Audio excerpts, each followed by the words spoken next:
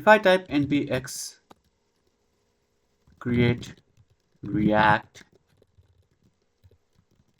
app and then my app, that is creating a new React app, and hit enter, as you can see I get this error. So to fix this, it's quite simple.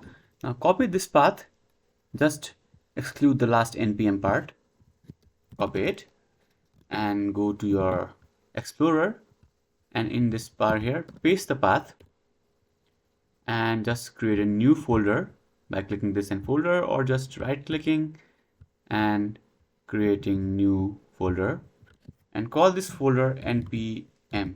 Hit enter, and now go back to your Visual Studio Code and again run the npx create react app command and hit enter. And this time, as you can see, we didn't get this error and new React app is being created. So this is how you can fix that error. If you have any questions, let me know in the comments below.